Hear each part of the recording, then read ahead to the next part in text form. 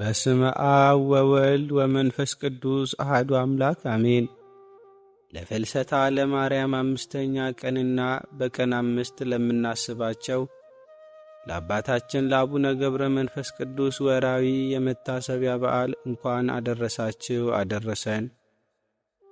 የተወደዳችሁና የተከበራችሁ የመርሐ ግብራችን ተከታታዮች፣ የእግዚአብሔር ቤተሰቦች፣ የእመቤታችን የቅድስት ድንግል ማርያም ወዳጆች፣ የጻድቁ አባታችን የአቡነ ገብረ መንፈስ ቅዱስ ቃል ኪዳን አማኞችና ተጋሪዎች፣ በቅድሚያ የዓለማት ጌታ የቅዱሳን አምላክ ልዑል እግዚአብሔር ስለማያልቀው ቸርነቱና ምሕረቱ ስሙ የተመሰገነ ይሁን።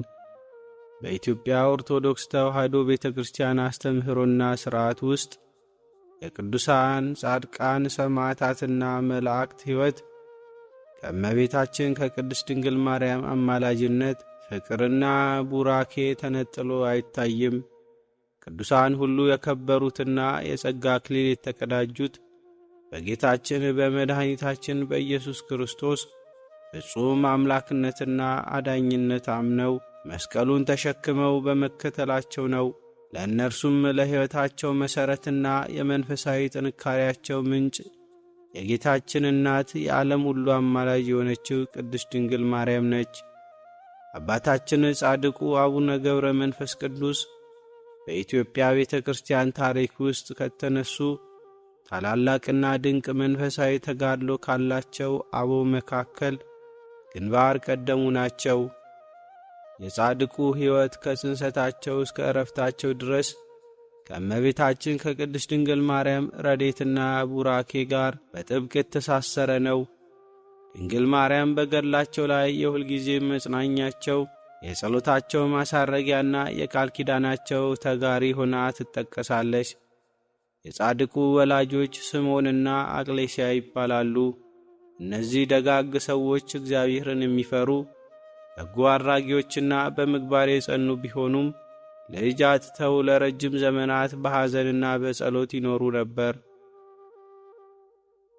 አቅሌስያ መካን በመሆኗ ምክንያት ዘወትር ወደ እግዚአብሔር ቤተ መቅደስ እየሄደች በእንባ ትጸልይ ነበር። በጸሎቷም ወቅት የእመቤታችንን የቅድስት ድንግል ማርያምን አማላጅነት በማስበለጧ የዓለም እመቤት የጌታዬ እናት ድንግል ማርያም ሆይ በጸሎትሽ በእግዚአብሔር ፊት ቁሚልኝ፣ ወደ ልጅሽ ለምኝልኝ እያለች ትማጸን ነበር። እግዚአብሔርም የጽናት ጸሎቷንና የእመቤታችንን አማላጅነት ተቀብሎ አባታችንን አቡነ ገብረ መንፈስ ቅዱስን ሰጣት። ሕፃኑ ተወልዶ 3 ዓመት ሲሞላው ሊቀ መላእክት ቅዱስ ገብርኤል በእግዚአብሔር ትእዛዝ መጥቶ ሕፃኑን በክንፉ ነጥቆ ወደ ገነት ኤዶም ወሰደው። ገድሉ በግልጽ እንደሚናገረው ሕፃኑ ገብረ መንፈስ ቅዱስ ወደ ገነት ሲገባ በመጀመሪያ ያገኛቸውና የተሳለማቸው እመቤታችንን ቅድስት ድንግል ማርያምንና በገነት ያሉትን ቅዱሳን ነው። እመቤታችን ቅድስት ድንግል ማርያም ሕፃኑን ተቀብላ አቀፈችው፣ እጆቿንም በራሱ ላይ አድርጋ ባረከችው። ይህ ታላቅ ክስተት የሚያሳየው አባታችን ገብረ መንፈስ ቅዱስ የምንኩስናና የብሕትውና ሕይወታቸውን ከመጀመራቸው በፊት መንፈሳዊ ሥልጣንና ቡራኬን ያገኙት በቀጥታ ከእመቤታችን ከቅድስት ድንግል ማርያም እጅ መሆኑን ነው። አባታችን አቡነ ገብረ መንፈስ ቅዱስ ወደ ኢዮር ከዚያም ወደ ኢትዮጵያ መጥተው በዝቋላ ተራራ ላይ በመቆም በኋላም በሐይቁ ውስጥ ተዘግዝቀው ለ100 ዓመታት ያህል ያደረጉት አምላኬ ሆይ የኢትዮጵያን ሕዝብ ማርልኝ፣ በስቤ የሚማጸኑትን መታሰቢያዬን የሚያደርጉትንና በኀጢአት የወደቁትን ሁሉ ማርልኝ እያሉ ሲጸልዩ በጸሎታቸው መካከል የእመቤታችንን ስም ያነሱ ነበር። አምላኬ ሆይ ስለ እናትህ ስለ ቅድስት ድንግል ማርያም ብለህ ስለ ንጽሕናዋና ስለ ቅድስናዋ ብለህ ፍጥረቱን ማር እያሉ ይማጸኑ ነበር። ጻድቁ በታላቅ ተጋድሎና በሥጋ ድካም ውስጥ በነበሩበት ወቅት ጌታችን መድኃኒታችን ኢየሱስ ክርስቶስ ከእናቱ ከቅድስት ድንግል ማርያምና ከአእላፍ መላእክት ጋር ተገልጦላቸዋል። አባታችን አቡነ ገብረ መንፈስ ቅዱስ ልብስ ሳይለብሱ ጠጉራቸው አካላቸውን ሸፍኖት ከአናብስትና ከአዕዋፍ ጋር በምድረ በዳ ይኖሩ ነበር። ጻድቁ በበርካታ አጋጣሚዎች ከአራዊቱ ጋር ሆነው እግዚአብሔርን ሲያመሰግኑ የእመቤታችንን ክብርና ድንግልና ያነሱ ነበር። በኦርቶዶክሳዊት ቤተ ክርስቲያን አስተምህሮ እግዚአብሔር ለቅዱሳኑ የሚሰጠው ቃል ኪዳን ሙሉ የሚሆነውና የሚጸናው በእመቤታችን ታላቅ ቃል ኪዳን ጥላ ስር ሲሆን ነው። ከገድለ አቡነ ገብረ መንፈስ ቅዱስ ንባብ በኋላ የሚደገሙት የሰላምታና የምስጋና ጸሎቶች ላይ የእመቤታችን ስም በተደጋጋሚ ይነሳል። በመልክዓ ገብረ መንፈስ ቅዱስ ላይ ጻድቁ ለአምላካቸው ያቀረቡትን ድንቅ መሥዋዕትነት ሲያወድስ እመቤታችን ቅድስት ድንግል ማርያምን በምሳሌነትና በአማላጅነት ያነሳል። የጻድቁ ቅድስናና ንጽሕና የእመቤታችንን ንጽሕና የተከተለ እንደሆነ ይገልጻል። ዛሬ ነሐሴ 5 ቀን ነው። ይህ ዕለት ሁለት ታላላቅ መንፈሳዊ በረከቶች የተገናኙበት ልዩ ቀን ነው። በኢትዮጵያ ኦርቶዶክስ ተዋሕዶ ቤተ ክርስቲያን ሥርዓት መሠረት የየወሩ 5ኛ ቀን የጻድቁ አባታችን የአቡነ ገብረ መንፈስ ቅዱስ ወርኃዊ መታሰቢያ በዓል ነው። ዛሬ የፍልሰታ ጾም 5ኛ ቀን ከአቡነ ገብረ መንፈስ ቅዱስ ወርኃዊ በዓል ጋር በመገናኘቱ ምዕመናን የእመቤታችንን አማላጅነትና የጻድቁን ቃል ኪዳን በአንድነት የሚያስቡበት፣ በጾምና በጸሎት የሚበረቱበት ታላቅ የጸጋ ዕለት ነው። የተወደዳችሁ የእግዚአብሔር ቤተሰቦች፣ ጻድቁ አባታችን አቡነ ገብረ መንፈስ ቅዱስ ከእመቤታችን ከቅድስት ድንግል ማርያም የተቀበሉት ቡራኬና ቃል ኪዳን ዛሬም ድረስ ለሀገራችን ለኢትዮጵያና ለዓለም ምዕመናን ሁሉ መጠጊያና መጽናኛ ሆኖ ይኖራል። በዚህ በጾመ ፍልሰታ 5ኛው ቀንና በአባታችን በአቡነ ገብረ መንፈስ ቅዱስ ወርኃዊ በዓል እግዚአብሔር አምላክ በጻድቁ አባታችን ጸሎትና በወላዲተ አምላክ አማላጅነት አገራችንንና ሕዝባችንን ይባርክልን፣ ኃጢአታችንን ይቅር ይበልልን፣ በጾማችንና በጸሎታችን የሚያስፈልገውን ፍሬ እንዲሰጠን ቅዱስ ፍቃዱ ይሁንልን። አሜን።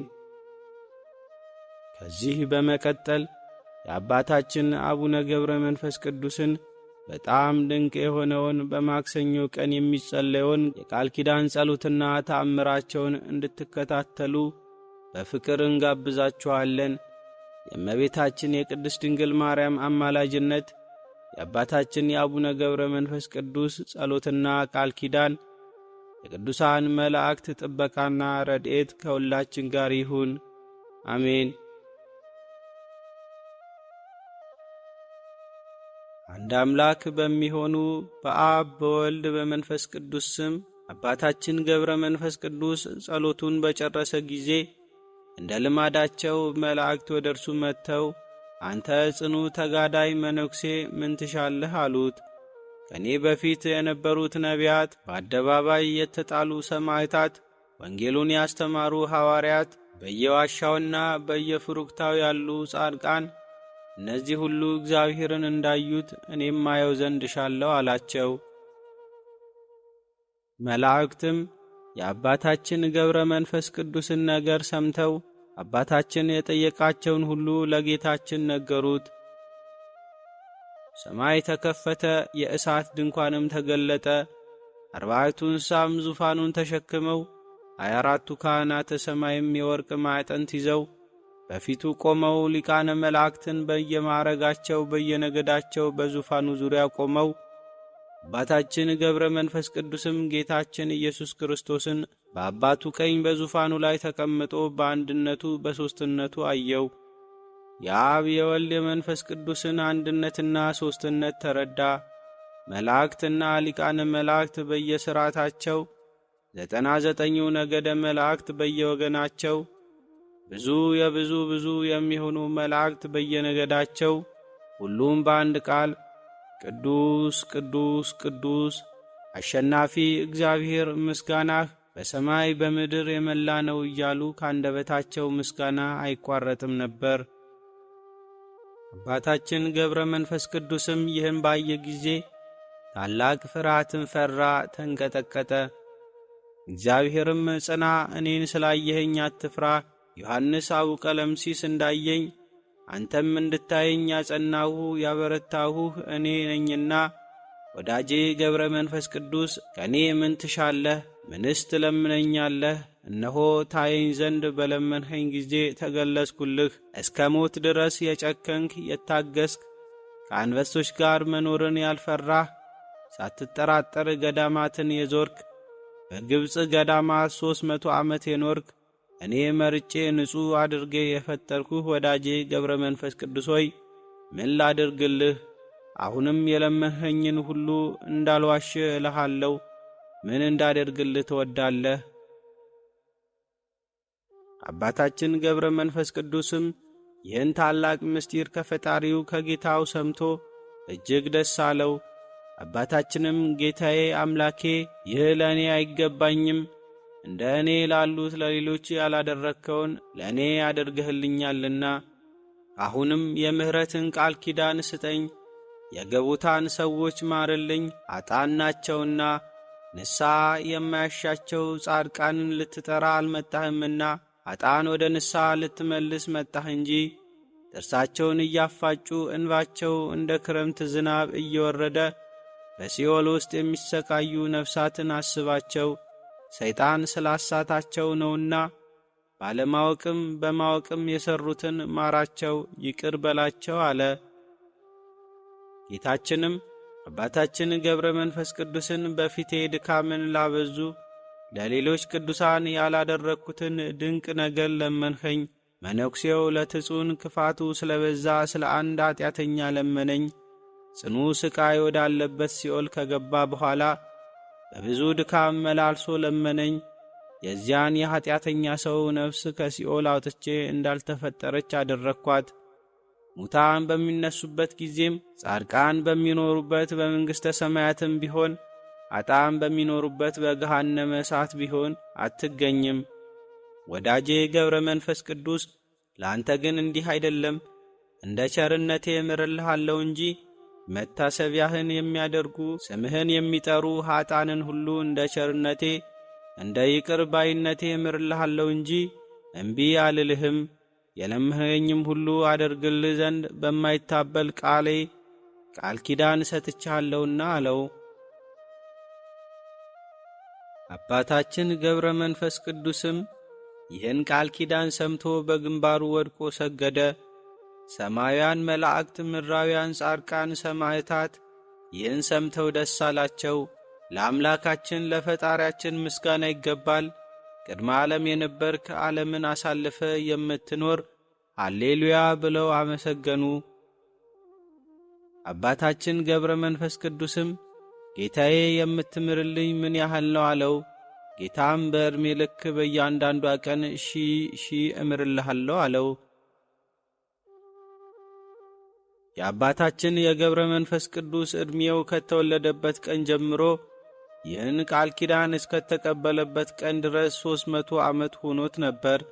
ጌታችንም የመላእክት አለቆችን በሲኦል ውስጥ በእሳት ሰንሰለት ታስረው ያሉ ነፍሳትን ፈታችሁ አምጥታችሁ ለአባ ገብረ መንፈስ ቅዱስ ስጡት አላቸው። 7ቱ የመላእክት አለቆችም ኃጥአን ወዳሉበት ወደ ሲኦል ወረዱ። በዚያች ዕለት በኃጥአን ላይ የሰለጠነ አብድልማኮስ የተባለ የሲኦል አለቃ መጣ። 7ቱ የመላእክት አለቆችም በአባታችን ጸሎት የዳኑትን የገቡታ ሰዎች ከሲኦል አወጧቸው። ከሲኦል የወጡ ነፍሳት 3000 ያህሉ ነበሩ። ሚካኤልና ገብርኤል በየወገናቸው፣ ኡራኤልና ሩፋኤል በየነገዳቸው፣ ሳቁኤል፣ ራጉኤልና ፋኑኤልም በየማዕረጋቸው በፊታቸው እያመሰገኑ እልል እያሉ ሌሎችም የመላእክት ሰራዊት ወደ እግዚአብሔር የክብር ዙፋን እስኪደርሱ ድረስ በሰማይ ለእግዚአብሔር ምስጋና ይገባል፣ በምድርም ለሰው ልጅ ዕርቅ ሆነ እያሉ በፊታቸው እየመሩ እነዚያን ነፍሳት ወደ ገነት አስገቧቸው። ዳግመኛም እንዲህ ብለው አመሰገኑ። ምርኮን ማርከ ወደ ሰማይ ወጣ፣ ስጦታህንም ለሰዎች ሰጠህ። ከሲኦል የወጡ ነፍሳት ደስ እያላቸው እግዚአብሔርን እያመሰገኑ ወደ ገነት ገቡ። ከዚህ በኋላ ጌታችን ኢየሱስ ክርስቶስ አባታችን ገብረ መንፈስ ቅዱስን እንዳንተ መላእክት ዘወትር ከሚጎበኟቸው ከቅዱሳን ገዳማውያን በቀር በዚህ ዓለም ያሉ ሰዎች ሁሉ ከካህናትም ከመነኮሳትም ወገን ቢሆን ከዛሬ ጀምሮ አያዩህም። ልትገለጽለት ከወደድከው በቀር መላእክት ለሁሉ ተገልጸው እንደማይታዩት አትታይም። ያለ ድምፅ እንደ ነፋስ የሚበር የብርሃን ሰረገላ ይሁንልህ። ከምሥራቅ እስከ ምዕራብ ከሰሜን እስከ ደቡብ መድረስ እስከምትችልበት ድረስ ብረር። ወዳጄ ገብረ መንፈስ ቅዱስ ከእንግዲህ ወዲህ እኔንም አባቴንም መንፈስ ቅዱስንም በወደድክ ጊዜ እየን። ታማኝ አገልጋዬ ወዳጄ ገብረ መንፈስ ቅዱስ ከዛሬ ጀምሮ ወደ ኢትዮጵያ ሂድ። በልመና በጸሎት ከሲኦል የምታወጣቸው ነፍሳት በዚያ አሉና። አባታችን ገብረ መንፈስ ቅዱስም የጌታን ነገር ሰምቶ ፊቱ በራ፣ በልቡ ደስ ተሰኘ።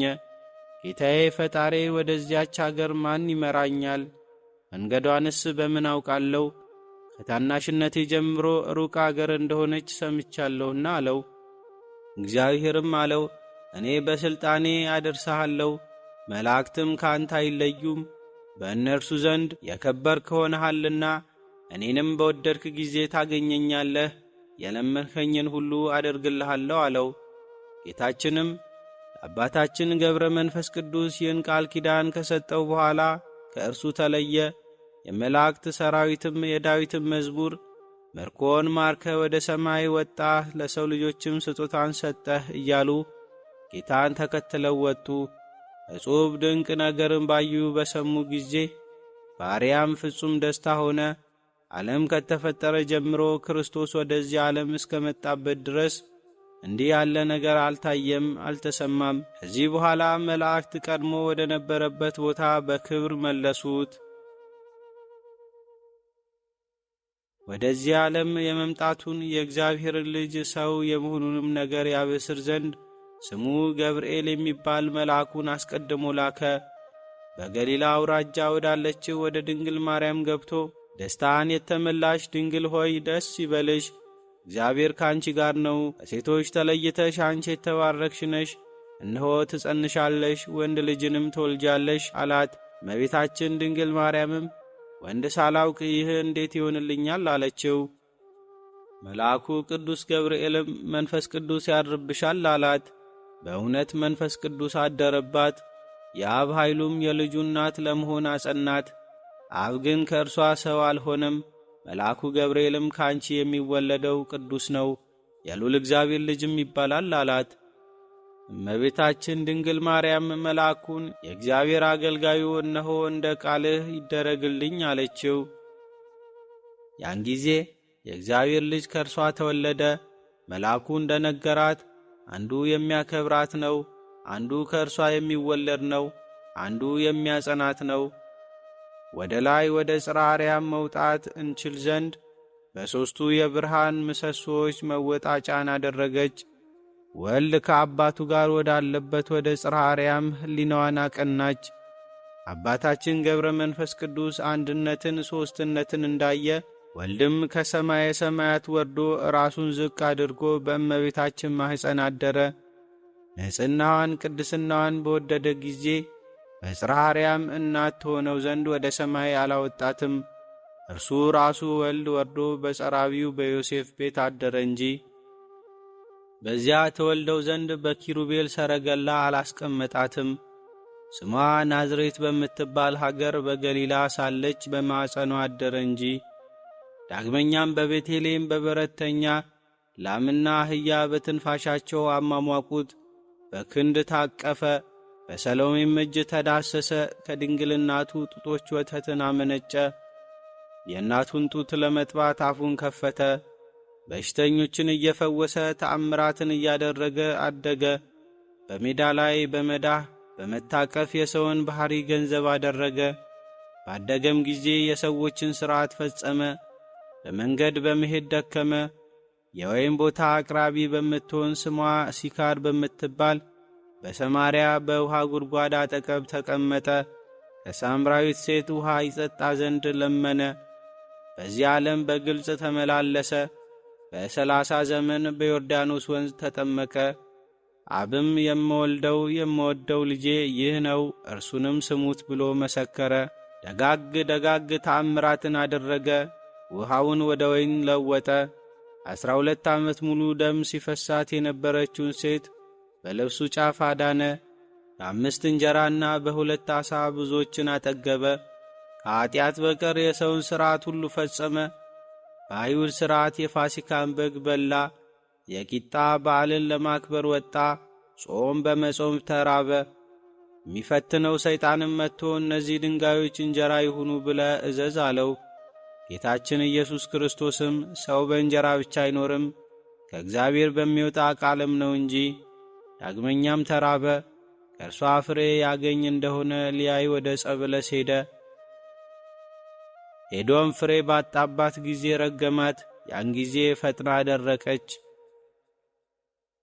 ዳግመኛም ከሙታን ስላስነሳው ስለ አልዓዛር አለቀሰ። እነሆ የሰውነትን ሕግ ፈጸመ። ተርቧል፣ ተጠምቷል፣ ደክሟል። ሐሙስ ማታ የፋሲካውን በግ ሲበሉ የደቀ መዛሙርቱን እግር በማጠብ ትሕትናውን ያሳይ ዘንድ ተነሣ። ካጠባቸውም በኋላ በከበረች እጁ የተረከዛቸውን ዕድፍ አነጻ። የፋሲካውን በግ ከበሉ በኋላ ሥጋውን ደሙን አክብሮ ለውጦ ሰጣቸው።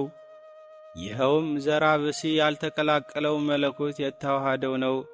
በመከራው ጊዜ አዘነ። ሰውነቴ እስከ ሞት ድረስ ደርሳ አዘነች፣ ተጨነቀች አለ። በዚያችም ሌሊት ይዘው ወደ ካህናት አለቆች፣ ወደ ምኵራብ መጋቢዎች፣ ወደ ሕዝብ አስተማሪዎች ወሰዱት። እንደ ሌባ እንደ ወንበዴ ሰይፍ፣ ዱላ፣ ጎመድ ይዛችሁ ልትይዙኝ መጣችሁን? አላቸው። ጌታችንም የያዙት ሰዎች ይዘብቱበት ነበር፣ ይመቱትም ነበር፣ ያሽማጥጡበትም ነበር። ፊቱንም በጥፊ ይመቱት ነበር። ክርስቶስ በጥፊ የመታ ማን ነው ብለው ትንቢት ተናገር ይሉት ነበር። ሌሎችም ብዙ ይሰድቡት ነበር። ጭፍሮችም ይዘው እንደ ሌባ አሰሩት። በፍርድ አደባባይ ጉንጩን በጥፊ ተመታ፣ ራሱን በዘንግ ተመታ። በሹሙ ፊት ተገረፈ፣ የእሾህ አክሊል ተቀዳጀ። ጭፍሮች ይዘው መስቀሉን አሸክመው ቀራንዮ ወደሚባል ቦታ ወሰዱት። እጆቹንም እግሮቹንም በችንካር ተቸነከሩ። በምድር ላይ ጥሩ ውሃ ትኩስ ደም እስኪፈስ ድረስ ከመስቀሉ ጋር ተጣበቁ። በትሕትና ቃል አምላኬ አምላኬ እየኝ ለምን ተውኸኝ አለ። መልአከ ሞትም ይህንን ሰምቶ ቁራኝነት ያስለመደበት ሩቅ ብእሲን አስመሰለው። ጌታችን ኢየሱስ ክርስቶስን ሰውነቱን በግርፋት ቆስሎ በችንካር ተቸንክሮ ባየው ጊዜ ፍጡር መሰለው። የጻድቅ የክርስቶስን ነፍስ ይውጥ ዘንድ አፉን ከፈተ። ከሰውነቱም የእሳት ፍላጻ ወጥቶ መዋጥ የለመደ የዲያብሎስን ጉሮሮ ወጋው፣ አነቀው። ከዚህ በኋላ መልአከ ሞት ይህን አይቶ አሰምቶ ጮኸ። 5500 ዘመን በእኔ ሥልጣን ተይዞ የነበረ ሥጋን ተዋህዶ ድል የነሳኝ ማን ነው? ሥጋን የተዋህደው ይህ ማን ነው? እነሆ ድል ነሺ የነበረ ድል ተነሣ፣ አዳኝ የነበረ ተያዘ፣ አጥማጅ የነበረ ተጠመደ። የነቢያትን የሐዋርያትን ነፍሳት የሚቀበል የሚነጥቅ እርሱ ነበርና ወደ ሲኦል ይወርድ ዘንድ በ9 ሰዓት ነፍሱን ከሥጋው ለየ። በመለኮታዊ ሥልጣኑ አስጨነቀው። በሲኦል የነበሩ ነፍሳትን እየበዘበዘ ተድላ ደስታ ወዳለበት ገነት በ11 ሰዓት በሰርክ አወጣቸው። አዳም በሰርክ ከገነት እንደወጣ እንዲሁም በሰርክ ወደ ገነት ተመለሰ። መድኃኒታችን ኢየሱስ ክርስቶስ የማረከው ምርኮ ከሲኦል መከራ ያወጣቸው የነቢያት የቀደሙ አባቶች ነፍሳት ነው እንጂ ጌታችን ይህን ያደረገው የጠላት ዲያብሎስን ሥልጣን ይሽር ዘንድ ነው። በአምላክነቱ ኃይል አጠፋው። በዋሻ በፍሩክታ ለሚኖሩ ለሌሎች ቅዱሳን ለቀደሙት አባቶችም ለነቢያትና ለሐዋርያትም ያላደረግከውን ለአባታችን ገብረ መንፈስ ቅዱስ ያደረግክለት ድንቅ ነገር ሁሉ አውቅ እረዳ ዘንድ ጌታዬ ሆይ ማስተዋሉንና ዕውቀትን ስጠኝ። ያደረግክለትም እንደ ሰው አይደለም፣ አንተ የምትሠራውን ይሠራ ዘንድ ሰጠኸው እንጂ። ሥራህ ግሩም ነው፣ አንተ በሁሉም ትኖራለህ። ሁሉን የምትገዛ ነህ። ጌትነትህ እስከ ዓለም ዳርቻ የመላ ነው። የገሃነም እሳት የፈጠርክ አንተ ነህ። ሁሉም ይቻልሃል። ኀጢአተኞችን ለመቅጣት የእሳት ገደል የእሳት ባሕርን አዘጋጀህ። ሁሉም በአንተ ዘንድ እንደ እሳት ብልጭልጭታ ናቸው። በሰማይም በምድርም ያለው ሁሉ እምቢ አይልህም፣ ይታዘዝሃል። ወንጌላዊው በሰው ዘንድ የማይቻል በእግዚአብሔር ይቻላል እንዳለ በእውነት ሁሉ ይቻልሃል፣ የሚሳንህም ነገር የለም። መለኮት በተዋሃደው ሥጋ ምርኮን ማረክ። አባታችን ገብረ መንፈስ ቅዱስ ወደ አየር ይወጣ ዘንድ የእሳትንም ባሕር ይሻገር ዘንድ በውስጧም እልፍ አእላፍ ነፍሳትን ይማርክ ዘንድ እንዴት ቻለ? ይኸውም በልዩ ተፈጥሮ አይደለም፣ በአዳም ባሕሪ ሆኖ ነው እንጂ ሌላ ተፈጥሮ የለውም። እንደ መጀመሪያው ሰው እንደ አዳም ያለ ባሕሪ ነው እንጂ። አዳምስ የእሳትን ባሕሪ ይሻገር ዘንድ መድኃኒታችን ክርስቶስ እስኪመጣ ድረስ ከሲኦል ይወጣ ዘንድ አልቻለም። አባታችን ገብረ መንፈስ ቅዱስ ሆይ ከእግዚአብሔር የተሰጠ ባለሟልነት ክብር፣ ጸጋ ምን ያህል ነው! ገድልህን ትሩፋትን ለመናገር ባሰብኩ ጊዜ ሕሊናዬ ጥሩ ጠጅ እንደ ጠጣ ሰው በደስታ ይዞራል። የአባታችንን የገድሉን የትሩፋቱን ነገር መቼ ፈጽመዋለሁ እያለ ይወጣል ይወርዳል፣ ተቈጥሮ የማያልቅ ብዙ ነውና። አስቀድመን ወደ ጀመርነው እንመለስ። አባታችን ገብረ መንፈስ ቅዱስ በምድረ ገቦታ ራእይ ባየ ጊዜ አለቀሰ። ራእይ የማየት ልማድ ነበረውና የተሰወረውን የተገለጠውን በሰማይና በምድር ያለውን ምስጢር ሁሉ ያውቅ ነበርና። ዳግመኛም ንጹሐን ካህናት፣ ዲያቆናት ወዳሉበት መንፈስ ቅዱስ ሲወርድ ያይ ነበር። የኀጣን ሥራ ሁሉ በፊቱ እንዳለ መስታወት የተገለጠ ነው። ቅዱስ ጳውሎስ መንፈስ ቅዱስ ያደረበት ሰው ሁሉን ያውቃል እንዳለ አባታችን ገብረ መንፈስ ቅዱስም ገቦታ በሚባል ሀገር በቅዳሴ ጊዜ በቤተ ክርስቲያን ብዙ ሰዎች ተሰብስበው አየ። ቁጥራቸውም 200 ያህል ነበር። በቅዳሴ ጊዜ መንፈስ ቅዱስ በሥጋው በደሙ ላይ ወረደ። አባታችንም አይቶ ደስ አለው። ሰዎች ሁሉ ምግባሩ ከቀና ሃይማኖቱ ከጸና ከአንድ ሰው በቀር ሥጋውን ደሙን ሳይቀበሉ ወደ ቤታቸው ሲመለሱ አየ። ከእርሱ ጋር የነበረውን መልአክ ሥጋውን ደሙን ሳይቀበሉ የተመለሱ የእነዚህ ሰዎች ኀጢአታቸው ምንድን ነው አለው። መልአኩም አባታችን ገብረ መንፈስ ቅዱስን በእግዚአብሔር ፊት የበዛ ኀጢአታቸውን ተመልከት አለው።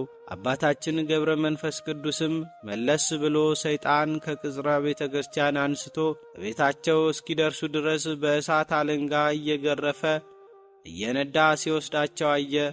ሰይጣን ግን የእርሱ ስለሆኑ ደስ ይለው ነበር። ሁሉም ጠፉ። ንስሐ ገብቶ ሥጋውን ደሙን ከተቀበለ ከዚያ ሰው በቀር ከእነርሱ አንድ ሰው እንኳን አልቀረም። ሰይጣን ግን ድሆች ከጥራጊ ላይ የወደቀ ወርቅ ባገኙ ጊዜ ደስ እንደሚላቸው ደስ ይለው ነበር።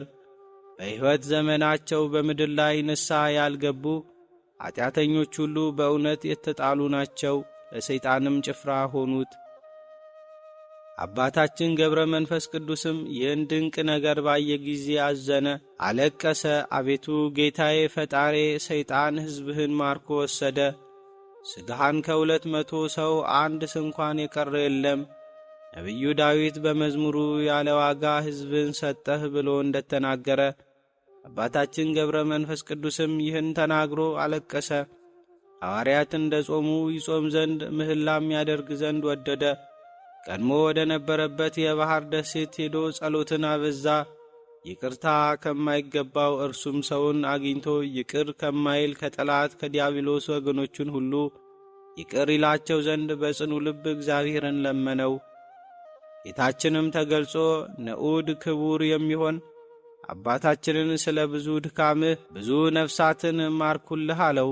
200 ሰዎች ምክንያት እኔ በተወለድኩባት በተጠመቅኩባት በተነሳሁባት በእነዚህ በሦስቱ በዓላት 3,000 ነፍሳት እምርልሃለሁ አለው። እነዚህንም 200 ነፍሳት እነሆ በእጅ ሰጠው፣ ወደ ርስት ውሰዳቸው አለው። በበዓልህም ቀን የተወለዱትን የተጠመቁትንም እምርልሃለሁ። መድህን ክርስቶስ ለአባታችን ለገብረ መንፈስ ቅዱስ ይህን ቃል ኪዳን በሰጠው ጊዜ አባታችንም ያን ጊዜ ወድቆ ሰገደ፣ ፈጣሪውንም አመሰገነ። ሰይጣንም ይህን ቃል ኪዳን ሰምቶ መራራ ለቅሶን አለቀሰ። ይህ ሰው ከተወለደ ጊዜ ጀምሮ ተዋረድኩ፣ እርሱ ሳይወለድ ጽኑ ሥቃይ ወዳለበት ወደ ሲኦል በተንኰል ማርኬ የሰበሰብኳቸውን ነፍሳት በጾም በጸሎት ማርኮ የሚወስድብኝ ይህ ሰው ከማይደርስበት ቦታ ወዴት ልሂድ አለ። ሊሞትም ወደደ። ሰማያን መላእክት፣ ምድራውያን ጻድቃን፣ ሰማዕታት ይህን ሰምተው ተደሰቱ፣ በደስታም ዘለሉ። ቅዱሳን መላእክት በሲኦል በመከራ ውስጥ ያሉትን ነፍሳት አመጧቸው። ከዚህ በኋላ በብዙ ትሩፋት ጾምና ጸሎት በብዙ እንባ ኖረ። በእያንዳንዲቱ ቀንም 44 ሺህ ጊዜ ይሰግድ ነበር። የዳዊትን መዝሙር፣ የነቢያትን፣ የሰለሞንን ምስጋና፣ ዳሴ ማርያምን ይጸልይ ነበር። የጌታን መከራ መስቀል እያሰበ እልፍ ጊዜ ቀኝ ፊቱን እልፍ ጊዜ ግራ ፊቱን በድንጋይ ይመታ ነበር። እንዲህም ይል ነበር፣ በብዙ ድካም በብዙ መከራ መንግሥተ ሰማያትን እንወርሳታለንና። ይህንንም ሁሉ በአንዲት ሌሊት በአንድ ቀን ያደርግ ነበር። በገድሉ በትሩፋቱ ለኀጢአተኞች የድኅነት ምክንያት ሆናቸው። የብርያል ኃይሉም ደከመ፣ መርዙም ጠፋ። አባታችን ገብረ መንፈስ ቅዱስም በጸሎቱ ብዙ ነፍሳትን ማረከ። ከዕለታት በአንድ ቀን ጌታችን ኢየሱስ ክርስቶስ አባታችን ገብረ መንፈስ ቅዱስ በበረሃ ሳለ ጎበኘው። የሥራቸውን ክፋት ትመለከት ዘንድ ወደ ገባዖን ሂድ አለው። አባታችንም ጌታችን እንዳዘዘው ወደ ገባዖን ሲሄድ በመንገድ ደከመ። ሰይጣንም በክንፍ የሚበሩ በእግር የሚሽከረከሩ ብዙ የበረሃ አውሬዎችን አመጣበት። የእግራቸው ኮቴ ድምፅ የሚያስደነግጥ ነበር። አውሬዎች መጥተው ከበቡት፣ ጅብና ጃርት ቀደሙት። አባታችንም ባያቸው ጊዜ ከመጻሕፍት ከአዳም ልጆች ግብፅ ይከፋል፣ ከበረሃ አውሬዎችም ጅብ ይረክሳል የሚል ሰማሁ አለ። በመስቀል አምሳል ፊቱን አማትቦ ጃርትን እግዚአብሔር ጸጉርሽን ያርግፈው አላት። ይህን ባላት ጊዜ ጸጉሯ ረገፈ። አንበሳ ግን መጥታ ሰገደችለት፣ እግሩንም ላሰች። አባታችንም ጃርትን በጠላት ምክር እኔን ለማጥፋት መጣሽ አላት። ጃርትም አዎን፣ አንተን እንጣላህ ዘንድ ሰይጣን ሰበሰበን፣ እርሱም ይጣላህ ዘንድ ነው አሁን ይመጣል፣ አባት ሆይ ተጠንቀቅ አለችው። አባታችንም ስትለማመጠው ባየ ጊዜ እግዚአብሔር ጸጉርሽን ወደ ቦታው ይመልስልሽ አላት። ይህን ባላት ጊዜ ጸጉሯ እንደ ቀደመው ተመለሰላት። አባታችንም ከአንቺ ጋር ለሚመጡት ሁሉ ሂደሽ ንገሪ አላት። ሄዳም በእርሷ ላይ የተደረገውን ሁሉ ነገረቻቸው። ይህን ሰምተው ፈጽመው ደነገጡ። ሁሉም መጥተው ከፊቱ ሰገዱ። መልእክተኞቹ ድል እንደተነሱ ባየ ጊዜ ሰይጣን በተረገመው ዘንዶ አምሳል መጣ። ቁመቱም 75 ክንድ ወርዱም 20 ክንድ ያህል ነበር። ዐይኖቹም የእሳት ነበልባል ይመስሉ ነበር። አባታችን ገብረ መንፈስ ቅዱስም ባየው ጊዜ በሥላሴ ስም ፊቱን አማትቦ ከዚህ ከክፉ አውሬ አቤቱ አድነኝ፣ በእኔ በባሪያህ ቃል ድንጋይ ይሁን አለ። ይህን ሲጸልይ ያ አውሬ ወጥቶ በፊቱ ቆሞ ሊውጠው አፉን ከፈተ። አባታችንም በመስቀል አምሳል ፊቱን አማትቦ በፈጣሪ ኃይል ድንጋይ ሁን ብዬ አዝሃለሁ አለው። ያን ጊዜ ፈጥኖ በምድር ላይ ወደቀ፣ ድንጋይም ሆነ። አባታችን ገብረ መንፈስ ቅዱስም ደስ አለው። የእግዚአብሔር መልአክም የሕይወት መጠጥ የተሞሉ 3 የወርቅ ጽዋዎችንና ኅብስት እንዲሁም 12 መብራት በእጁ ይዞ ወረደ። ስለ ድካም ይህን ኅብስት ብላ፣ ይህን ጽዋ ጠጣ አለው። አባታችንም ከመልአኩ እጅ ተቀብሎ በላ፣ ጠጣ። በነጋም ጊዜ ተነስቶ ወደ ገባዖን ሄደ። የበዛ ክፉ ሥራቸውን አየ። አገራቸውም በክፋት የታጠረ ሆኖ ታየው። እናንተ የገባዖን ሰዎች ከበጎ ሥራ ሰንፋችሁ አያችኋለሁ፣ እግዚአብሔርንም አትፈሩም አላቸው። እነርሱም ይህን በሰሙ ጊዜ ሁሉም ሊጣሉት መጡ። አንተ እንዲህ የምትሰድበን ከ12ቱ መሠሪያን ተለይተህ የቀረህ ነህን? አሉት። አባታችንም እነዚያ መሠሪያን አይደሉም፣ እኔም ሥራዬን አላውቅም፣ ለነፍሳችሁ ድኅነት የሚሆነውን አስተምራችኋለሁ እንጂ አላቸው። እነርሱም ከአባታችን ይህን ነገር በሰሙ ጊዜ ተቈጡ። ጸጉሩን ይዘው ጐተቱት፣ ደበደቡት፣ ወደ ውጭም አውጥተው ጣሉት። አባታችን በዚያ ሲጸልይ ጌታችን ተገለጸለት። ወዳጄ ገብረ መንፈስ ቅዱስ በእኔ ምክንያት ያገኘህን መከራ አትፍራ፣ ታገስ። የቀኑን ሐሩር የሌሊቱን ቁር ታገስ። እኔም ቃል ኪዳን እሰጥሃለሁ፣ ስምህንም የጠራ እምርልሃለሁ። ከዚህም አገር አፍረህ አትወጣም። ሕጌን የተላለፉ 700,000 ከ15 ነፍሳት አስራት አድርጌ ሰጠው አለው። ጌታችንም ይህን ቃል ኪዳን ሰጥቶ ወደ ሰማይ አረገ። አባታችንም በተሰጠው አስራት ደስ ብሎት ሰገደ። ከዚያም ወጥቶ ወደ ብሔረ ብፁዓን ሄደ።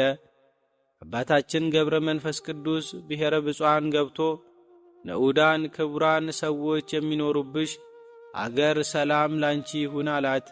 ይህን ሲናገር አንድ ሰው ወደ አባታችን መጥቶ ሰላም ላንተ ይሁን ብሎ ከወዴትስ መጣህ አለው። አመጣጤስ ከገባዖን ነው፣ ነገር ግን ሃይማኖታችሁ ምንድነው አለው። ያም ሰው አባታችንን አንተ የምታመልከውን ንገረኝ አለው። አባታችንም እኔ በአብ በወልድ በመንፈስ ቅዱስ አምናለሁ አለው። ያም ሰው እኛም ይህን ስም እናውቀዋለን፣ በዚህም እናምናለን አለው። ከዚህ በኋላ በአንድነት ወደ ቤተ ክርስቲያን ሄደው ጸለዩ። ጸሎታቸውንም ከፈጸሙ በኋላ ወንድሞችን አያቸው፣ ሰላምታም ሰጣቸው። ከእነርሱም ጋር 3 ዓመት በጾም በጸሎት በትጋት ኖረ። ከዕለታት በአንድ ቀን ጌታችን ኢየሱስ ክርስቶስ ተገልጾ ሕጌን ያልተላለፍክ ልቤን ደስ ያሰኘኸው ወዳጄ ገብረ መንፈስ ቅዱስ ሰላም ላንተ ይሁን፣ እኔም አስራት እሰጥሃለሁ። ለእናቴ አስራት አድርጌ ወደ ሰጠዋት ወደ ኢትዮጵያ ሂድ። የእስራኤልን መንግሥት ለሌላ አሳልፌ እንዳልሰጥ ለባለሟሌ ለዳዊት የገባሁለትን ከአንደበቴ የወጣውን ቃል አላጥፍም። ጌታችንም አባታችንን ሂደህ የመንግሥቴ ወራሽ ላሊበላን ምድራዊ መንግሥት ነውን ወይስ ሰማያዊ መንግሥት የሚሻልህን ምረጥ ብሎሃል በለው አለው። ይህን ከነገረው በኋላ ወደ ሰማይ ያረገ። አባታችንም ከምድር ወድቆ ሰገደ። የእግዚአብሔር ፈቃድ ከእኔ ጋር ይሁን፣ ወደዚያ መሄድን አልሰንፍም ብሎ ተነስቶ ሄደ። በሮም ሀገር በግብፅ በረሃ በገባዖን የደረሰበትን መከራ በብሔረ ብፁዓንም 3 ዓመት የኖረበትን የሚናገር ገድል ተፈጸመ። አባታችን ገብረ መንፈስ ቅዱስም ከግብፅ ወጥቶ ጌታችን እንዳዘዘው መልአኩ ቅዱስ ገብርኤል እየመራው 60 አንበሶች 60 ነብሮች አስከትሎ 30 በቀኙ 30 በግራው 30 በፊቱ 30 በኋላው ሆነው በነፋስ ሰረገላ ተጭነው ወደ ኢትዮጵያ መጡ።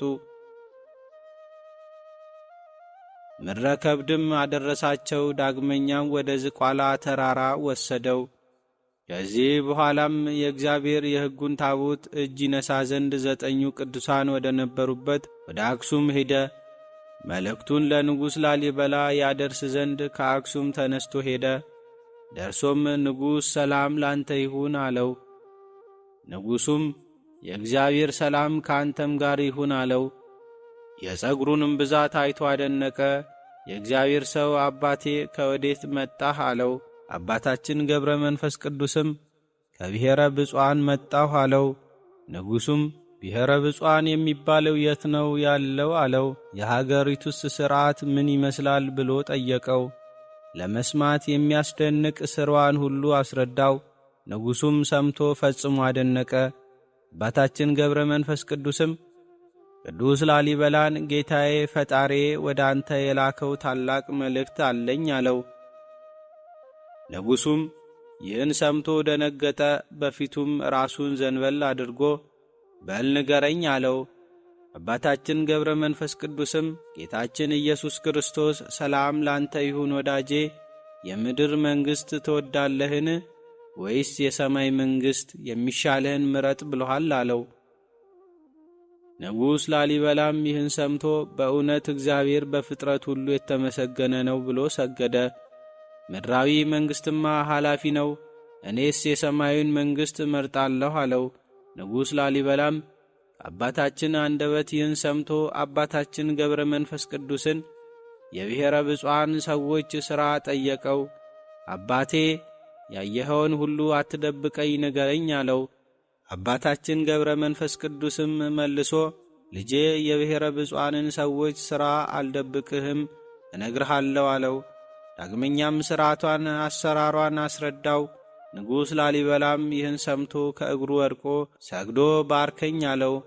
በእጁ አንስቶ እግዚአብሔር ይባርክህ አለው። ንጉሡም መልሶ አባቴ ወደ አገር ልትመለስ ትወዳለህን? እኔ ግን እንድትሄድ አልፈቅድልህም አለው። አባታችን ገብረ መንፈስ ቅዱስም ከአገርህስ አልሄድም፣ ነገር ግን ከአንተ ጋር መኖር አልፈልግም አለው። ንጉሥ ላሊበላም ከእኔ ጋር መኖር ካልወደድክ የምትኖርበትን ቦታ ንገረኝ፣ መጥቼ እንድጠይቅህ አለው። አባታችን ገብረ መንፈስ ቅዱስም የምኖርበትስ ቦታ በደቡብ ኢትዮጵያ የደብረ ታቦር አምሳያ በምትሆን በዝቋላ ተራራ ላይ ነው አለው። ያንን ተራራ አየው ዘንድ አብሬ ልሂድ አለው። አብረው በሰረገላ ተጭነው ሄዱ። ባሕሩን እንደ የብስ ተሻግረው ጣና ደረሱ። ከዚያም ደርሰው ከዚያ ያለችውን የተቀደሰች ታቦት እጅ ነሱ። ስማቸው አባ ጉባ፣ አባ ገሪማ የሚባሉ ሁለት ቅዱሳን መነኮሳት እጅ ይነሱት ዘንድ ወደ አባታችን መጡ። አባታችን ገብረ መንፈስ ቅዱስን ባዩት ጊዜ ወደዱት። ያመጣጡን ነገር ጠየቁት። ያመጣጡንም ነገር ሁሉ ነገራቸው። አባታችን ገብረ መንፈስ ቅዱስን ያደርሱት ዘንድ አብረው ተነሱ። ዝቋላ ደርሰው በሚቻላቸው መጠን ጸለዩ፣ እግዚአብሔርንም አመሰገኑ። አባታችን ገብረ መንፈስ ቅዱስም የደብረ ታቦር አምሳል የምትሆን ቅዱሱ ተራራ ሰላም ላንተ ይሁን አለ። በዚያ በአንድነት ሲጸልዩ ጌታችን ኢየሱስ ክርስቶስ ለአባታችን ተገልጾለት ያዘዝኩን መልእክት ያደረስክ ወዳጄ ገብረ መንፈስ ቅዱስ ሰላም ላንተ ይሁን፣ ከትእዛዜ የወጡ 4,055 ነፍሳት ሰጠው። ከዚህ ዓለም በሞት በምትለይበት ጊዜም በመላእክት እጅ ትገነዛለህ። ሥጋህን በምድር አልተዋትም፣ ወደ ሰማይ አሳርጋታለሁ እንጂ አለው። ወንድሞችህን ሸኛቸው፣ ላሊበላም የሚያርፍበት ጊዜ እነሆ ደርሷል። ጌታም ይህን ብሎት ወደ ሰማይ አረገ። አባታችን ገብረ መንፈስ ቅዱስም ንጉሡ ላሊበላንና ሁለቱን ወንድሞች አባ ጉባንና አባ ገሪማን በሰላም ወደ ሀገራችሁ ግቡ አላቸው።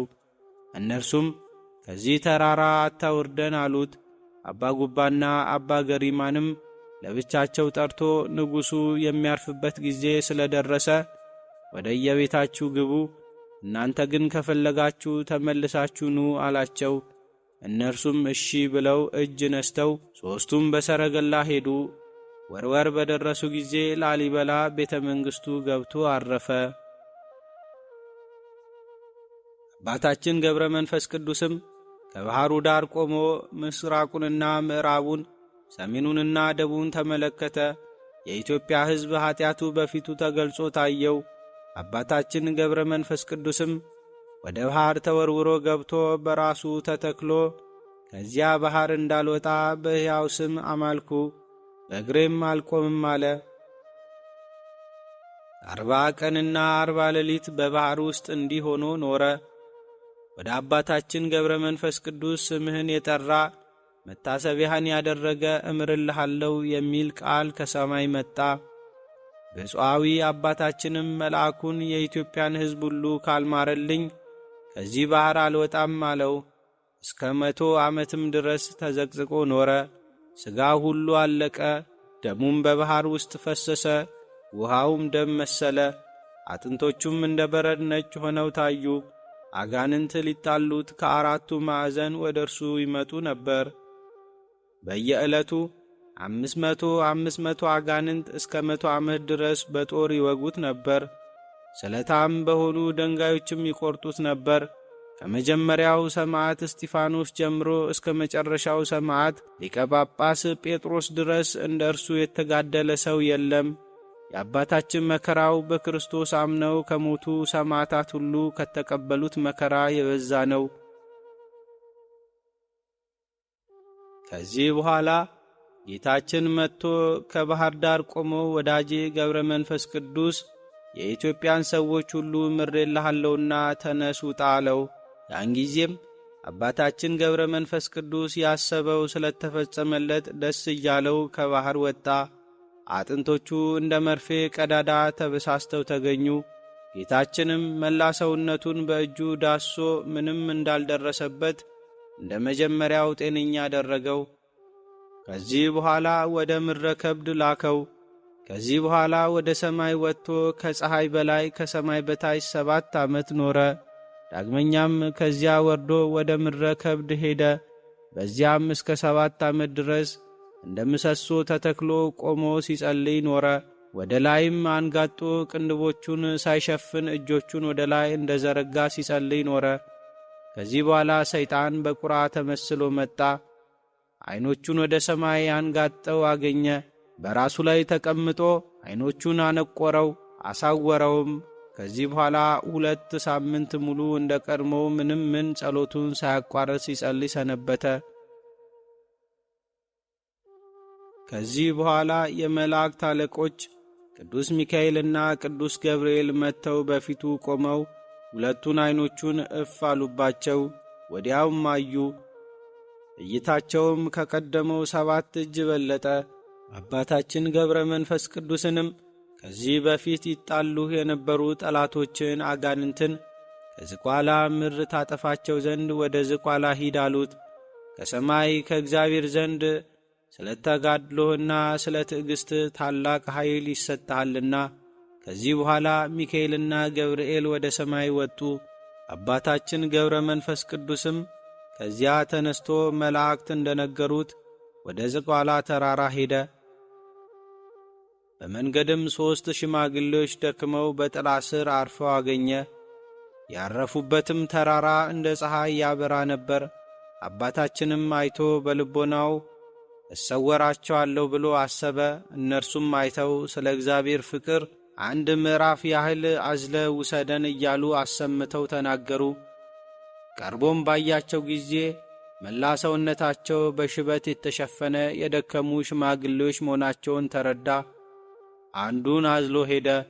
ጥቂት እልፍ እንዳለ ሽማግሌው አባታችንን እህል ስለማትበላ ውሃም ስለማትጠጣ ይደክምሃልና ከዚህ አስቀምጠኝ አለው። አባታችንም ወዴት ታውቀኛለህ አለው። ሽማግሌውም ተመልሰ ሄደ ባልንጀሮቼን አምጣቸው አለው። ሽማግሌውን በዚያ ትቶ ወደ 2ቱ ሽማግሌዎች ሄደ። ከ2ቱ አንዱን አዝሎ ሽማግሌ ወዳለበት አደረሰው። ተመልሶም 3ኛውን ሽማግሌ አመጣው። አባታችን አቡነ ገብረ መንፈስ ቅዱስም እነዚያን ሽማግሌዎች ከወዴት መጣችሁ? የሽታችሁ መዓዛ ልብን ይመስጣል አላቸው። 3ቱም ሽማግሌዎች ተነስተው ቆመው ለአባታችን ገብረ መንፈስ ቅዱስ በአንድነት በሦስትነት ተገለጹለት። አባታችን አብርሃም በመምሬ ዛፍ ስር ሥላሴን በአንድነት በሦስትነት እንዳየ አባታችን ገብረ መንፈስ ቅዱስም ሥላሴን በአንድነት በሦስትነት አያቸው። አንድ ሰውም እስራኤል የተባለ ያዕቆብን ባደረበት በፈለገ ያቦቅ እንድታገለው እንደባረከውም እንዲሁም አብ ወልድ መንፈስ ቅዱስ አባታችን ገብረ መንፈስ ቅዱስን ባረኩት። አንተ እንዳዘልከን እኛም እናዝልሃለን፣ እስከ 7ቱ ሰማያትም ድረስ እናወጣሃለን አሉት። ያን ጊዜ መልካቸው ተለወጠ፣ የባሕሪ ክብራቸውን ገለጹ። እንደ እሳት ነበልባል ሆኑ።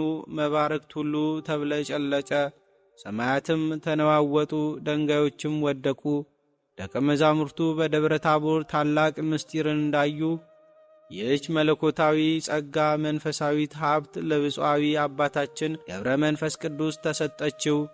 ነቢያት ሐዋርያት እግዚአብሔርን እንዳዩት አባታችንም አየው። ያን ጊዜ የብርሃን ፈጣሪ አብ አዝሎ እስከ 2ኛው ሰማይ እስከ 3ኛው እኩሌታ ደረሰው።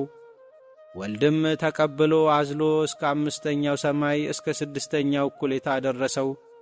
መንፈስ ቅዱስም እስከ 7ኛው ሰማይ ግርማው ወደሚያስፈራ ዙፋን አደረሰው።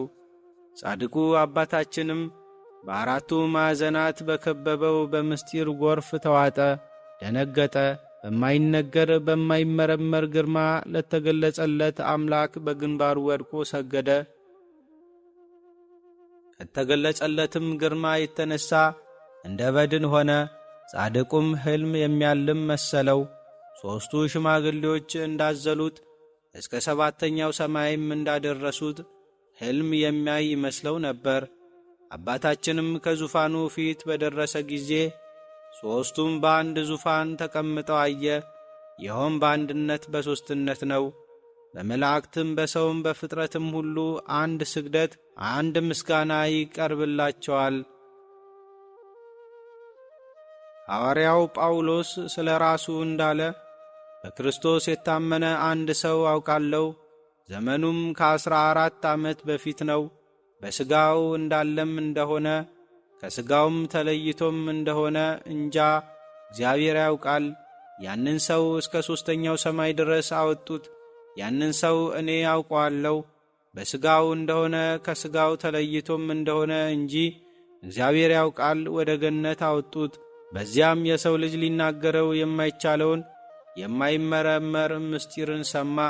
እንዲሁ ዛሬም በዚህ ወራት የቤተ ክርስቲያን መብራት የሆነ የታመነ አባታችን ገብረ መንፈስ ቅዱስን በማይነገር ድንቅ ምስጋና እግዚአብሔር ታየው። ልጅ ሊናገረው የማይቻለው ደገኛ ምስጢርን አየ፣ ሰማ። የጻድቁ አባታችን ገብረ መንፈስ ቅዱስ ክብሩ ዕጹብ ድንቅ ነው። የወደደውን ያደርጋል፣ ያሰበውንም ይፈጽማልና። ከዚህም በኋላ ጌታችን ኢየሱስ ክርስቶስ በደብረ ታቦር ጴጥሮስን ከድንጋጤ እንደ ቀሰቀሰው አባታችን ገብረ መንፈስ ቅዱስንም አነቃው፣ አቅፈው ሳሙት። አባታችን ገብረ መንፈስ ቅዱስ በገድል በትሩፋት ከነቢያት ከሐዋርያትና ከጻድቃን ከሰማዕታት ሁሉ በእጥፍ ይበልጣል። ይኸውም እህል ባለመብላቱ፣ ውሃ ባለመጠጣቱ፣ ልብስ ባለመልበሱ ነው። ጌታችን ኢየሱስ ክርስቶስም ሰማይና ምድር፣ ፀሐይና ጨረቃ ከዋክብትም ከገድልና ከትሩፋት የተነሣ የአንዲቱን ጸጉርህን ዋጋ ያህል አያህሉም አለው።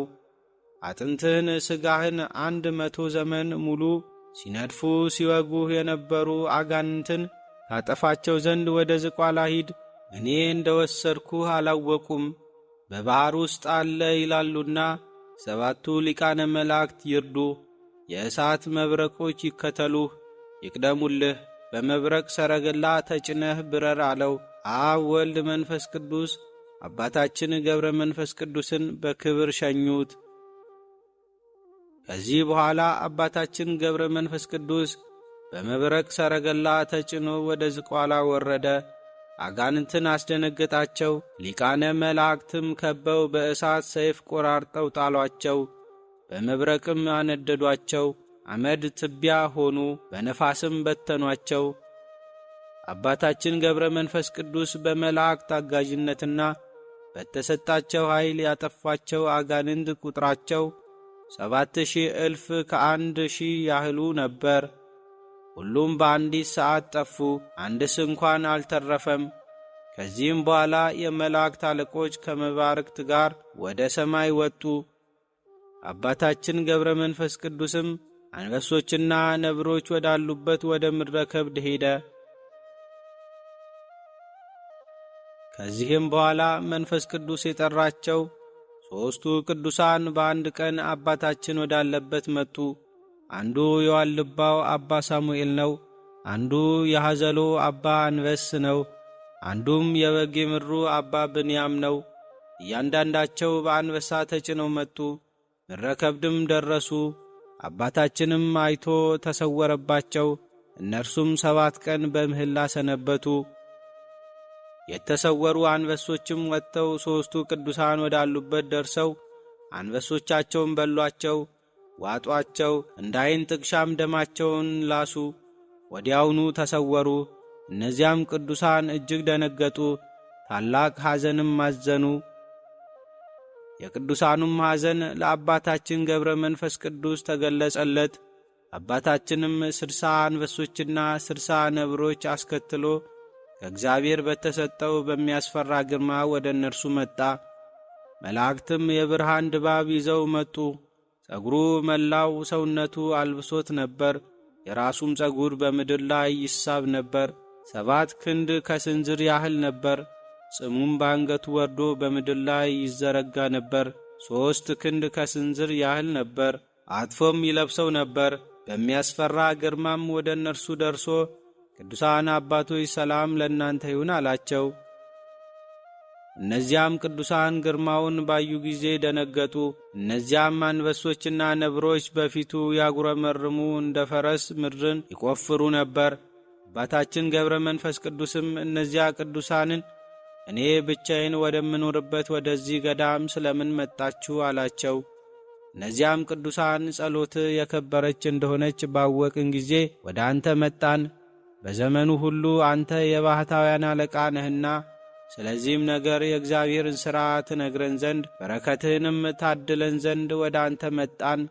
መተንም ባጣን ጊዜ 7 ቀን በሐዘን በለቅሶ ሰነበትን።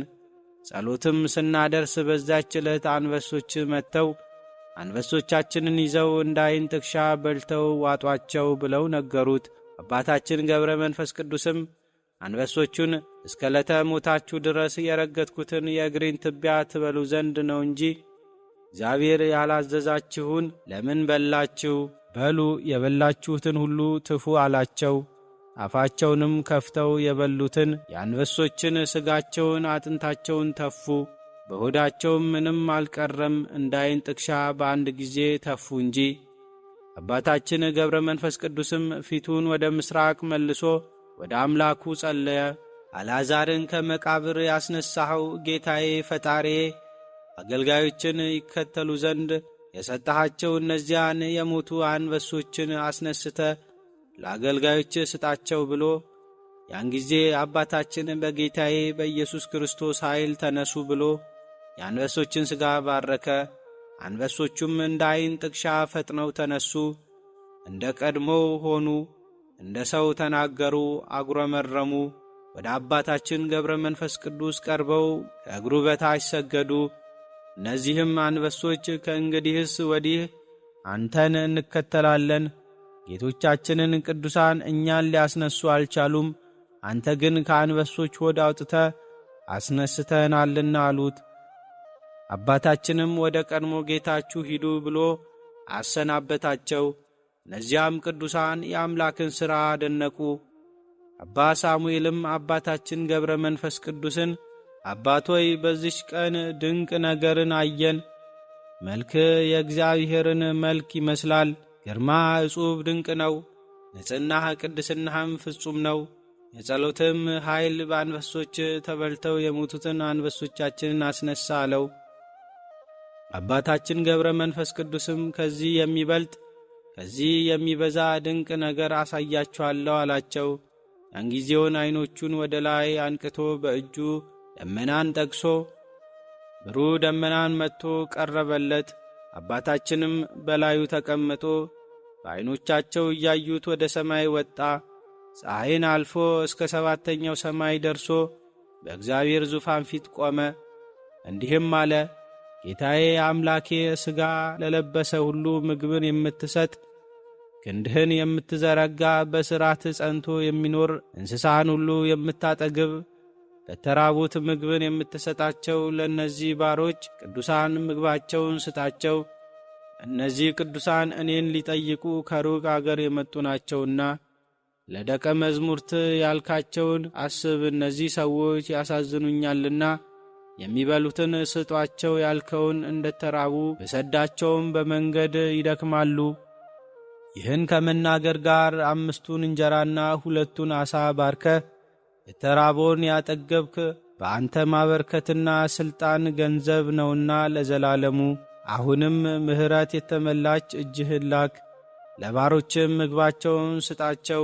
የባሪያን ችግሮች እይ፣ የማቀርብላቸው የለኝምና። አቤቱ ብሩክ ስቡ ስለሚሆን ስለ ስምህ ብለ ጸሎቴን ልመናይን ስማኝ። ለዘላለሙ አሜን ብሎ ጸለየ። ጌታችን ኢየሱስ ክርስቶስም አባታችንን 3 ኅብስት 3 ጽዋ ንሳ፣ ፋኑኤል መልአክም ይያዝልህ፣ ይህም የሚያጠግብ ምግብ ይሁናቸው፣ አንተም በብርሃን ሰረገላ ወደ ምድረ ከብድ ተመለስ፣ ሄደ ባርከ በሰላም ሸኛቸው አለው።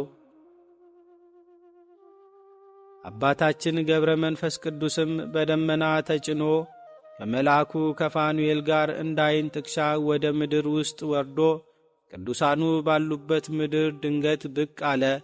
9 ሰዓት ሄዶ 9 ሰዓት ተመለሰ። እነዚያንም ቅዱሳን እግዚአብሔር የሰጣችውን ኅብስት ጽዋ እንኩ ብሉ ጠጡ።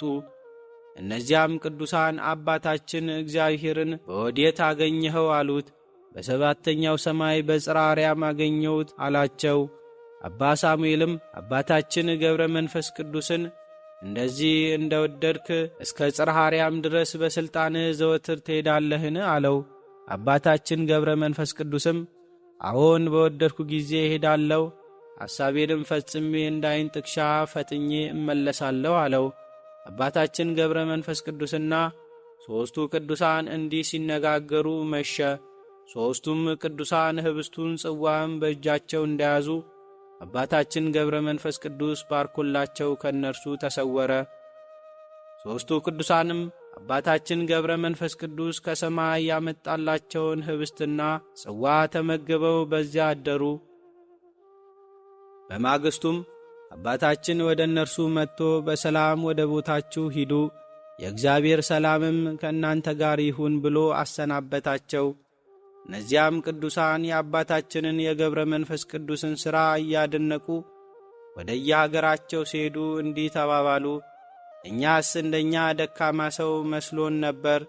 እርሱስ እንደወደደ ወደ እግዚአብሔር ይሄዳል፣ የወደደውንም ያስፈጽማል እያሉ ይህን የመሰለውን የአባታችንን ሥራ እያደነቁ ወደ የሀገራቸው ገቡ። የጻድቁ የአባታችን ገብረ መንፈስ ቅዱስ ጸሎቱና በረከቱ በሁላችን በሕዝበ ክርስቲያን ላይ ጸንቶ ይኑር ለዘላለሙ አሜን።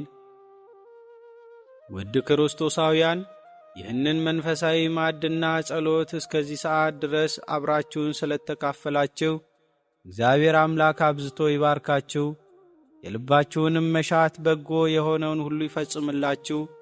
ይህን የሱባኤ የንስሐና የበረከት ጊዜ የሆነውን ጾመ ፍልሰታን አንድ ብሎ በሰላም ያስጀመረን ልዑል አምላክ ጾሙን የበረከት የፍቅርና የምሕረት ጾም አድርጎልን በሰላም በጤናና በደስታ እንድንጨርስ ቅዱስ ፍቃዱ ይሁንልን።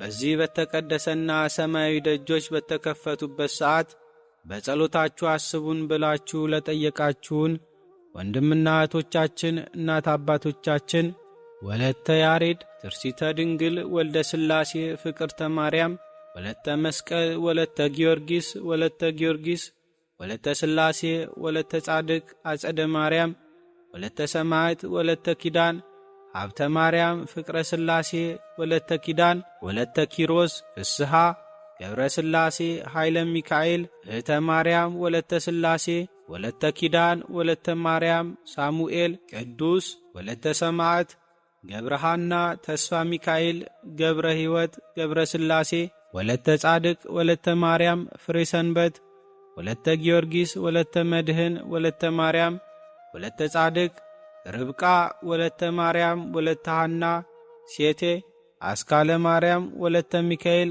አመተ መድህን፣ እህተ ሚካኤል፣ ወለተ ማርያም፣ ኃይለ ኢየሱስ፣ ወለተ ሰማያትና ኃይለ ማርያም፣ ወለተ መድህን፣ ወለተ ሰማያት፣ ወለተ ብርሃን፣ ወለተ ኢየሱስ፣ ወለተ ሕይወት፣ ሰሊና፣ ወለተ ትንሣኤ፣ የሁና፣ ንግሥቲ፣ አዜብ፣ ፍቅረ ማርያም፣ ስህነ ማርያም፣ አጸደ ማርያም፣ አና ማርያም፣ ጽጌ ማርያም፣ ገብረ ሥላሴ፣ ክንፈ ሚካኤል፣ ኃይለ ኢየሱስ፣ ገብረ ኪዳን፣ ገብረ ሥላሴ፣ ፈቃደ ሥላሴ፣ ኃይለ ኢየሱስ፣ ኃይለ ማርያም፣ ወለተ ሥላሴ፣ ሳህለ ማርያም፣ ወለተ ሥላሴ፣ ሰብለ ማርያም፣ ስርጉተ ሥላሴ፣ ወልደ ተስፋ ሕይወት፣ ወለተ አብርሃም፣ ፍሬኒ፣ ብርሃነ መስቀል፣ ኤልዛቤት፣ አስቴር፣ ወለተ ገነት፣ ሳሙኤል፣ አርሴማ፣ ወለተ ሳራ፣ ሊዲያ፣ ወልደ አቤል፣ ወልደ ሳሙኤል፣ ወልደ ብሩክ፣ ወልደ በረከት ወልደ ሚልኪያስ ወልደ ኤርምያስ ገብረ ሥላሴ ወለተ መድህን ገብረ መድህን እህተ ማርያም ወለተ ቂርቆስ ወለተ ሐና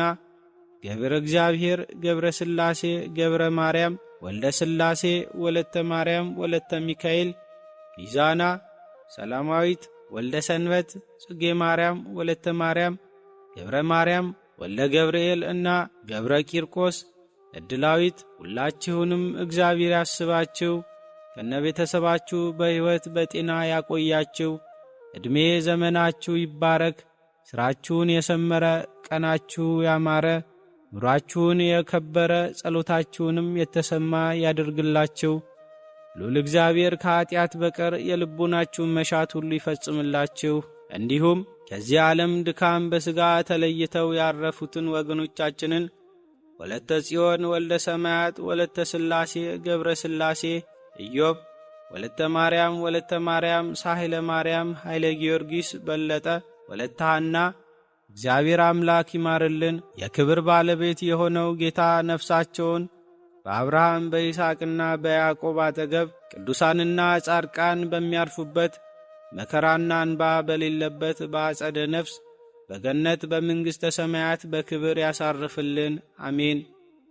በመጨረሻም ይህን ዕለት ይህን ሰዓት ለሰጠን ለዚህ ሁሉ ጸጋ ላበቃን ለሰራዊት ጌታ ለዓለማት ፈጣሪ ለሕይወታችን መሠረት ለሆነው መሐሪና ይቅርባይ ለሆነው አምላካችን ማለቂያ የሌለው ክብርና ምስጋና አምልኮና ውዳሴ ከምድር እስከ አርያም ይሁን፣ አሜን። የዓለምን መድኃኒት ለወለደችልን የፍጥረት ሁሉ መመኪያ አማላጃችን መጽናኛችን የጸጋ ሁሉ መገኛ ለሆነችው ለንጽሕተ ንጹሐን ለቅድስተ ቅዱሳን እናታችን ከፍ ያለ ምስጋና ይድረሳት። የእናትነት ፍቅሯ ጣዕሟና በረከቷ ከሁላችን ጋር ይሁን፣ አሜን። ዘወትር ስለ እኛ ለሚማልዱ ከክፉ ነገር ሁሉ ለሚጠብቁን የእግዚአብሔርን ዙፋን ለሚያጥኑ የብርሃን ተላላኪዎች ለቅዱስ ሚካኤል፣ ለቅዱስ ገብርኤል፣ ለቅዱስ ሩፋኤል፣ ለቅዱስ ኡራኤልና ለአእላፍ ቅዱሳን መላእክት ሁሉ ክብርና ምስጋና ይሁን። ጥበቃቸው ዘወትር አይለየን፣ አሜን። ስለ እውነት ብለው ደማቸውን ላፈሰሱ አጥንቶቻቸውን ለከሰከሱ ሰማዕታት ወንጌልን ላደረሱልን ሐዋርያት ስለ እግዚአብሔር ፍቅር ብለው ዓለምን ለናቁ ጻድቃን ቅዱሳን ሰማዕታት ሁሉ ምስጋና ይሁን። ጸሎታቸውና ምልጃቸው ለሀገራችን ሰላምን ለሕዝባችን ፍቅርን ያምጣልን፣ አሜን። እግዚአብሔር አምላክ የሁላችንንም ጸሎት በያለንበት ይቀበለን። ቸር ያሰማን፣ ቸር ያቆየን፣ አሜን።